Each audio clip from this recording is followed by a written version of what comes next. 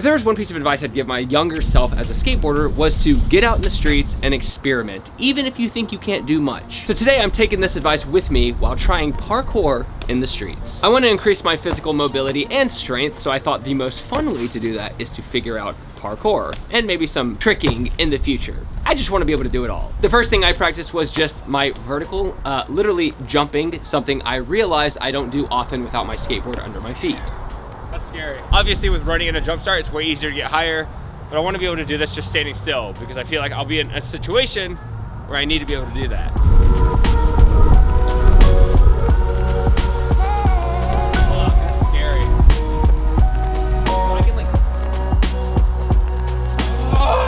I know you're not supposed to land with your legs spread like that, but that's all I can do for now.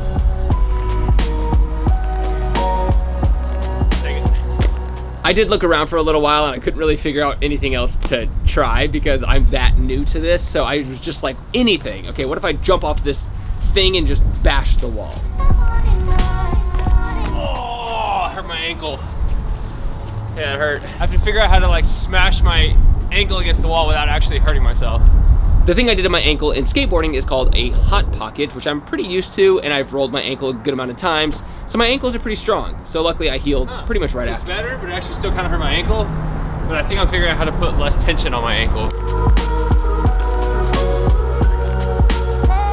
Probably not the best, but it didn't hurt that time. There's a trick called a Kip Up, which is basically just a muscle up, but easier on a wall. It's a very basic trick in parkour, but one that I definitely can't do. So I'm actually too weak to Kip Up right now, to where you basically jump on the wall and pick yourself up. Still too weak to do it, but this is what it looks like when I try.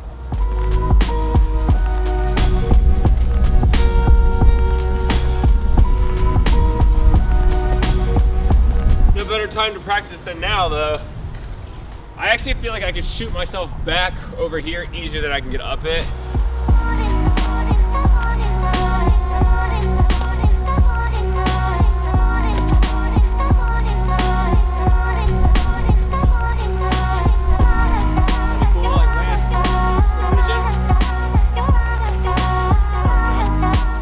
Shitty, but getting close. If I could just stall up there, I'd be pretty happy. Just like stay, and even if I can't Kip Up, which is unfortunate, I can maybe pop myself back. But just staying there, I'd be happy. Yeah. Pretty stoked on that. I mean, that was terrible, but I'm stoked. Don't judge yourself at the beginning process. You gotta just clumsily make your way through at the beginning. But of course at the beginning it's good to practice. So I'm gonna do 5 more of those.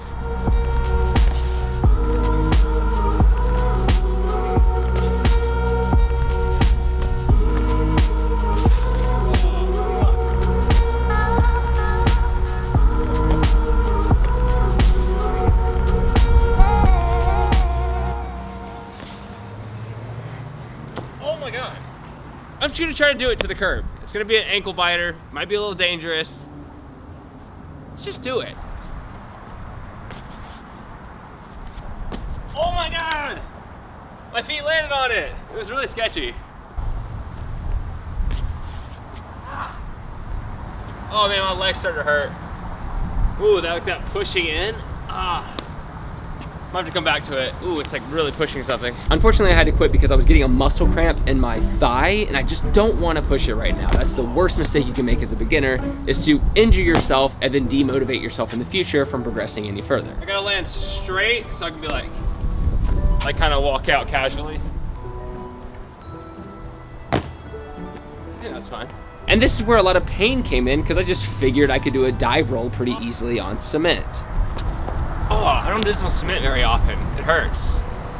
Oh. I was hitting the bone on my lower back, so clearly I need to practice this more on harder ground, but not cement, and then take it back to cement. I still don't feel confident about my backflips yet because I did learn them, but I always go through an injured period if I do too many of them, and then I basically have to start over. Not from scratch, but I do have to go through the motions once again. I'm gonna take it slow, but eventually I wanna be able to backflip on instinct, every try, easily. But that's just not what it is today, unfortunately. I wanted to find some walls to practice kongs because I haven't really test limited how high I could do this yet. And I don't think this was the limit, but I would love to try this on a higher wall, maybe something about neck high or so.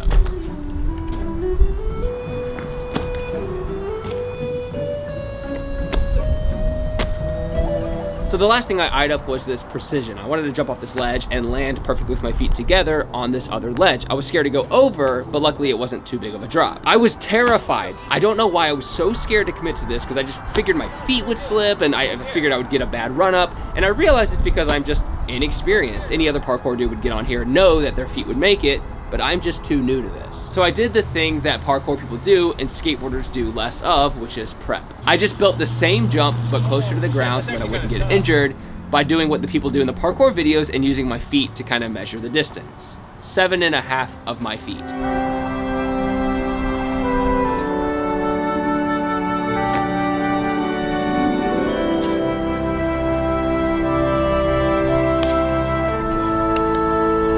The moment I got that close, I got so excited, and I knew that this would go down if I just went for it, but I was still terrified. With parkour, I figure it's similar to skateboarding, where it's almost more mental than it is physical.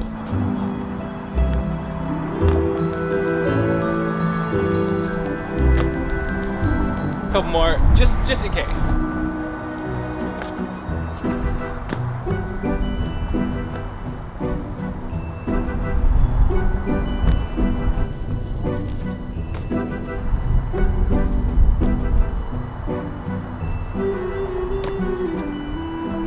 That was extremely fun. I definitely gotta practice other tricks. Like, I gotta learn tricks, go to the gym probably, one of those parkour gym type places, and figure it out. But look at this beautiful view from this area.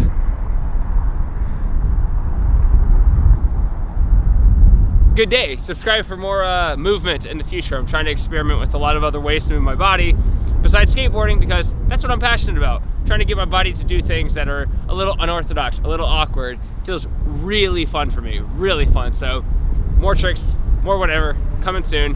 I'm freezing. I'll see you later. Take care, progress daily, and keep killing it.